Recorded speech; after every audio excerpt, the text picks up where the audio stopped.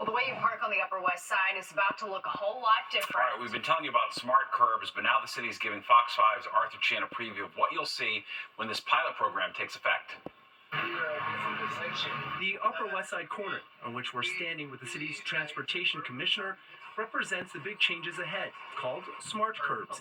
In this case, the space on the northwest corner of 72nd and Columbus Avenue is being transformed into a public seating area.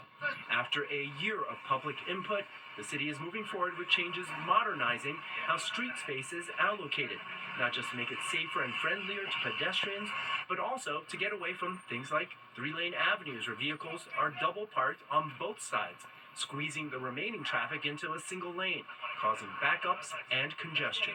New York City has changed the way of how we order our food in our restaurants.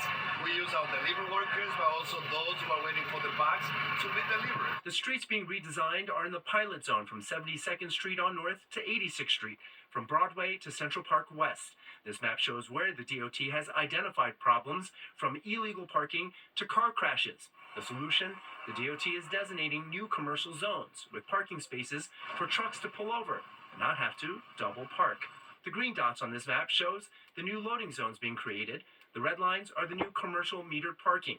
The idea is that businesses get their deliveries and residents will flock to online shopping, get their packages. The commissioner then walked us to a newly installed sensor on a side street to see if the curb is being used efficiently. His agency used to depend on observations made by staffers sent up, but could only stay for a limited amount of time.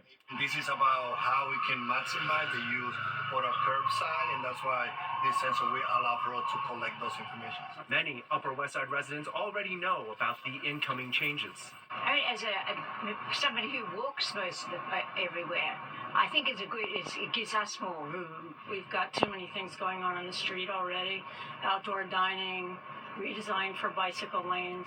There is so little space left in the city that anytime there's a redesign or redistribution, it means taking space away from somebody, in this case, drivers, and they're not too happy about it. So we went to the civic group, the Regional Plan Association, to be our voice of reason here.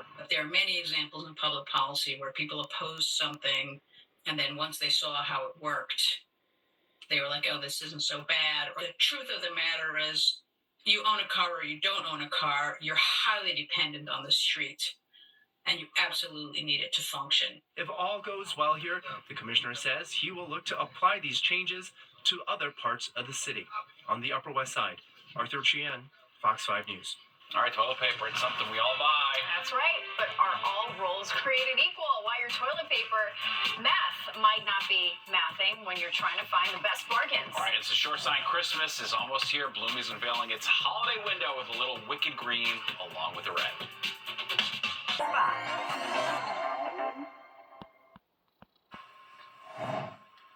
Fox 5's watching your wallet and peeling back a dirty little industry secret about toilet paper. As Fox 5's Jessica Hermoso shows us, there's a reason why it's hard to comparison shop for TP. We've all heard that expression that one size fits all, but in the case of toilet paper, one sheet does not fit all. Toilet paper is a very personal decision for many. I get 1,000-sheet roll. So many brands, so many options, but did you know the toilet paper industry in the U.S. is not regulated, meaning there are no federal standards. Individual companies can set their own quality and production standards. I did not know it's not regulated. I did not know that. Oh my goodness. Which means not all rolls are created equal. You see labels like extra, extra large, mega, or jumbo, but is the consumer getting those extra sheets? I never thought to count. They're creating value through a variety of words, whether it's mega or jumbo. I think that they're creating the illusion of more sometimes. I know that there is actually not always as much as we perceive as consumers for it to be when it comes to toilet paper. And I think, there's a lot of ways to look at that. There's shrinkflation. There's so much injustice in the world that I figured it parlays to toilet paper as well. It all comes down to crunching the numbers. You can actually do the math. For sure you can, because they tell you how many sheets are in a roll. That's the one thing we can at least know, how many sheets are in each roll.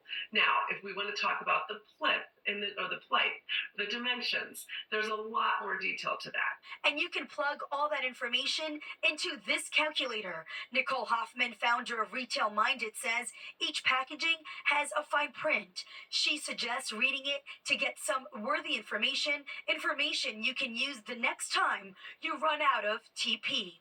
On the Upper East Side, I'm Jessica Formoso, Fox 5 News. I mean, this was quite the talk Yeah, at our 3 wow, o'clock meeting for today. sure.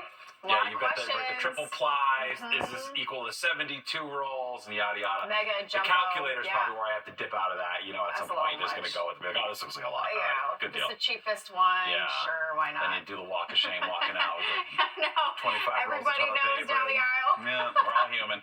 All right, let's go to Audrey for a look at the forecast. A chilly night right now. Boy. Here, the National Hurricane Center watching this cluster right here in the southwestern Caribbean. They've now identified it as potential tropical cyclone number 19. Its winds right now at about 30 miles per hour. It's going to hover off the coast of Honduras before it makes its way towards Belize and possibly the Yucatan Peninsula. But what's of most interest here is that it's expected to turn into the Gulf of Mexico and head to the western coast of Florida by this time next week. And once it gets a name, it will be named Sarah. So tonight we're dropping down to the freezing mark in the city, colder north and west. Tomorrow we're at 49 degrees, which is still below average. We're in the 50s on Friday. The weekend looks nice, plenty of sunshine with highs in the 60s. Natasha? All right, Audrey, thank you. Well, breaking news tonight, the balance of power in the House will stay with the Republicans. The GOP winning 218 seats. This comes after the AP called 2 House races for Republicans, one in Arizona and one in California. This will give Republicans control of both the House and Senate when Donald Trump is sworn in as president. And still to come tonight. All right. Yeah, when you think college water polo, your mind automatically goes to the West Coast, but the West Bronx and Fordham are giving Cali a run for its money.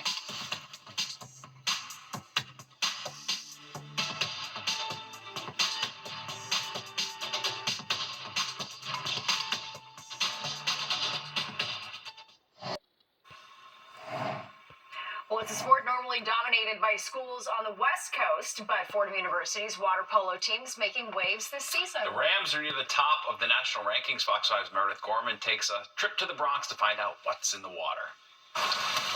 When you think of a successful college water polo program, you probably think of schools on the West Coast, like in California. Not one in the middle of the Bronx, right? Wrong. Meet the Fordham men's water polo team. I think they get just as excited about the opportunity to go to school in this city as, as anywhere else. Brian Bacharach is the head coach of a team that's 28-0 heading into the postseason and the only unbeaten team in NCAA water polo. They have wins over 11 ranked opponents this season, and while you might just be hearing about them for the first time now, their success certainly didn't happen overnight. It didn't start just, in September when we had our first game. This group of seniors specifically has been working towards this moment, this season, for 4 years. For the seniors, winning is all they know. They built this program from the ground up and are now looking to nab their 4th straight Mid-Atlantic Water Polo Conference Championship at the end of the month. That would give them their 4th straight NCAA berth with a national championship on the line. We came from zero. Fordham, before my class came, they didn't want anything. And now we have 3 championships in a row. And now we're going for the 4th. And now we're going strong for the NCAAs. As the final weeks of the water polo season are here, this team will try to become the first team outside of California to win the NCAA championship. Can they do it? Well, there's no shortage of confidence. We're here grinding in the Bronx, and just nothing gets better than that. In the Bronx, I'm Meredith Gorman, Fox 5. Awesome. Yeah. It's truly athleticism. It's indoor pool. It's No hard reason to why we do. can't have good teams out here. So there you go. Love it. Well, it's more than 10 o'clock news straight ahead. But first, here's a look what you can expect tomorrow on the roads and the rails.